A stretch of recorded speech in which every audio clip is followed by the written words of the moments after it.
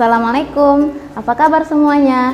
Semoga antum semua selalu dalam keadaan sehat walafiat ya, amin. Nah, di video sebelumnya kita sudah mempelajari tentang konsep pengukuran. Silahkan diulangi videonya jika masih belum paham ya. Pada tingkat sekolah dasar dulu, antum pasti sudah belajar bagaimana mengubah satuan kan?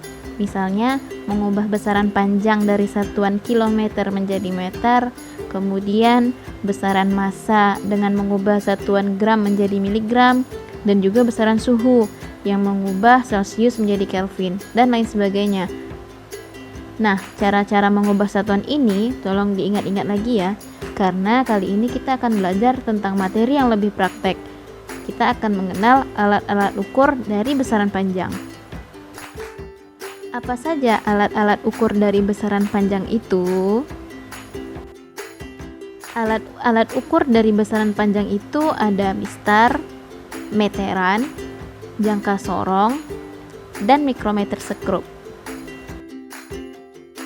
Mistar. Antum semua pasti sering menggunakan alat ukur ini ya. Nah, untuk mendapatkan hasil pengukuran yang tepat, sudut pengamatan harus tegak lurus dengan objek dan mistar. Kemudian, jangka sorong. Nah, inilah alat ukur jangka sorong. Penggunaannya untuk mengukur suatu objek yang tidak dapat dilakukan dengan mistar. Misalnya, diameter bagian dalam cincin, diameter bagian luar cincin, serta kedalaman suatu lubang. Jadi, jangka sorong ini dipakai untuk mengukur benda-benda, tapi kita dituntut untuk teliti karena tingkat ketelitiannya itu sampai 0,1 mm. Nah, berikut beberapa bagian dari jangka sorong. Yang pertama, rahang bawah. Rahang bawah ini berfungsi ketika kita mau mengukur diameter luar cincin. Yang kedua, ini merupakan rahang dalam. Fungsinya ketika kita mau mengukur diameter dalam sebuah cincin. Kemudian yang ketiga, batang pengukur. Untuk mengukur kedalaman sesuatu, misalnya mau mengukur kedalaman tabung. Kemudian ada nomor 4 dan nomor 5 ini merupakan skala utama. Yang bagian bawah itu dalam satuannya itu dalam sentimeter, kemudian yang bagian atasnya dalam inci. Kemudian nomor 6 dan 7 itu merupakan skala nonius. Nah, untuk skala nonius ini yang bagian atas kita cocokkan dengan atas, dan skala nonius yang bawah kita cocokkan dengan yang bawah, karena kita terbiasa menggunakan sentimeter bukan inci.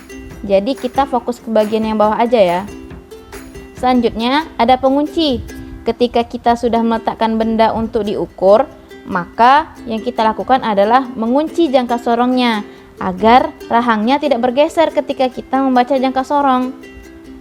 Nah, setelah kita meletakkan sebuah benda yang mau diukur, maka kita akan mendapati hasil seperti ini. Perhatikan hasil pengukuran dari jangka sorong ini. Bagaimana sih cara membaca jangka sorong ini? Pertama, kita perlu cari skala utamanya berapa. Ingat ya, skala utama. Bagian atas ini ialah skala utamanya, sedangkan bagian bawah ini ialah skala noniusnya. Jadi, untuk skala utama itu, bagaimana melihatnya? Lihat dulu angka 0 dari skala nonius. Maka, dari angka 0 itu, lihat angka dari skala utama yang sebelah kiri. Ingat ya, angka dari skala utama yang sebelah kiri. Maka, itulah yang merupakan skala utamanya. Nah, di sini, skala utama yang sebelah kiri dari angka 0 adalah 0,8. Karena di sini skala utamanya 1, maka di sebelahnya 0,9, 0,8, 0,7 dan seterusnya. Oke, kita sudah dapat skala utamanya ya, yaitu 0,8 cm. Kemudian yang kedua, kita perlu melihat skala nonius. Ingat ya, skala nonius. Bagaimana cara kita membaca skala nonius? Kita lihat garis yang sejajar atau berhimpit. Maksudnya gimana? Kita lihat angka-angka yang ada di skala nonius seperti angka 0 itu kan tidak sejajar dengan skala utamanya. karena angka nolnya berada di antara 0,8 dan 0,9 di skala utama. Berarti angka 0 itu bukan. Kemudian angka 1. Angka 1 ini juga masih berada di antara 0,9 dan 1 di skala utama. Jadi dia tidak termasuk angka yang sejajar. Dan yang paling mendekati sejajar itu adalah angka 8 dari skala nonius. Dia memiliki garis yang sejajar dengan skala utamanya. Maka skala noniusnya yaitu 8. Nah, skala nonius ini harus dikali dengan 0,01. Jadi 8 kali 0,01 sama dengan 0,08 cm. Yang terakhir baru kita jumlahkan skala utama tambah skala nonius, yaitu 0,8 ditambah 0,08 sama dengan 0,88 cm. Kita coba contoh soal yang kedua ya. Cara pertama tadi, tentukan skala utamanya. Perhatikan ya, kita lihat angka 0 di skala nonius yang sebelah kiri, yaitu 11,2 cm. Cara kedua, kita lihat skala nonius yang sejajar. Yang sejajar terdapat pada angka 8. Nah, ini berarti 8 dikali 0,01 sama dengan 0,08. Kemudian kita jumlahkan skala utama ditambah dengan skala nonius, yaitu hasilnya 11,28 cm. Kita coba contoh soal selanjutnya ya. Nah, ini hati-hati, soalnya agak menjebak nih. Ingat ya, cara menentukan skala utamanya, kita lihat angka nolnya, bukan yang garis ini ya. Berarti skala utamanya berapa?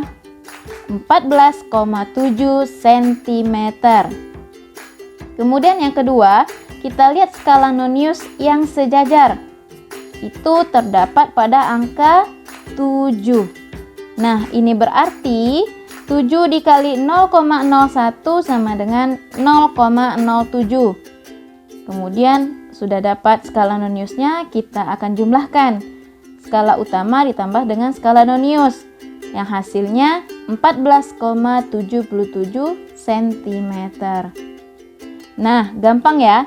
Jadi, membaca jangka sorong itu yang pertama adalah membaca skala utama. Skala utama yang dibaca, lihat angka di sebelah kiri, angka 0 di nonius. Ingat ya. Kemudian, baru kita lihat noniusnya. Kita lihat yang sejajar.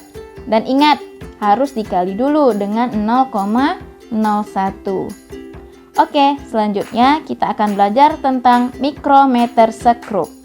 Mikrometer sekrup. Mikrometer sekrup ini ketelitiannya lebih hebat, yaitu 0,01 mm. Mikrometer sekrup digunakan untuk mengukur ketebalan suatu benda. Misalnya, tebal kertas. Kertas gak bisa diukur dengan mistar karena terlalu tipis. Selain mengukur ketebalan kertas, mikrometer sekrup digunakan untuk mengukur diameter kawat yang kecil. Apa aja sih bagian-bagian dari mikrometer sekrup? Yang pertama, ini bagian rangkanya. Yang kedua, ini bagian tetapnya atau tidak berubah. Yang ketiga, ini bagian poros yang bergerak. Nah, disinilah letak bendanya. Maka, nanti nomor 7 ini kita putar sampai nomor 3 ini sampai di sini. Kemudian, kita putar bagian belakangnya agar tidak bergeser dan lebih akurat lagi. Kemudian, nomor 4 ini adalah penguncinya. Sama seperti jangka sorong, mikrometer sekrup juga ada dua skala. Skala utama di nomor 5 dan skala nonius di nomor 6. Nah, sekarang kita belajar bagaimana cara membacanya. Sama seperti jangka sorong, yang pertama kita lakukan adalah membaca skala utamanya. Kita lihat garis ini lebih dekat ke angka berapa. Biasanya angka di mikrometer itu ialah ini 0. Kemudian di bawahnya itu 0,5. Kemudian di atasnya itu 1. Di bawahnya 1,5 dan seterusnya. Jadi yang di bawah itu setengah dan yang di atas itu angka biasa. Kita lihat ini ya. Ini 10, kemudian 10,5 dan 11. Berarti skala utamanya 11 mm. Kemudian yang kedua kita lihat skala noniusnya. Kita lihat garis di skala utama mana yang sejajar dengan angka di skala nonius. Kita lihat ya, ini di 10, kemudian 11. Berarti skala noniusnya adalah 11. Sama, noniusnya harus kita kalikan dengan 0,01. Berarti 11 dikali 0,01 sama dengan 0,11 mm. Berarti kalau kita jumlahkan skala utama dan skala noniusnya, hasilnya ialah 11,11 mm. Perhatikan ya, satuannya di sini milimeter. Beda dengan jangka sorong tadi yang sentimeter. Ingat ya. Oke, kita lanjut ke contoh soal kedua. Skala utamanya dulu nih yang kita cari. Ini 0, ini 1, ini 2. Ya, berarti skala utamanya adalah 2 mm. Yang kedua, noniusnya yang kita cari. Kita lihat nih garis, yang mana yang sejajar. Ini 25, berarti ini 26, ini 27. Berarti skala noniusnya adalah 27 dikali 0,01 sama dengan 0,27. Tinggal dijumlahin ya. Hasilnya 2,27 mm. Oke, kita lanjut. Coba lagi contoh terakhir ya. Skala utamanya berapa nih? Kalau ini 5, ini 6, ini setengah ya.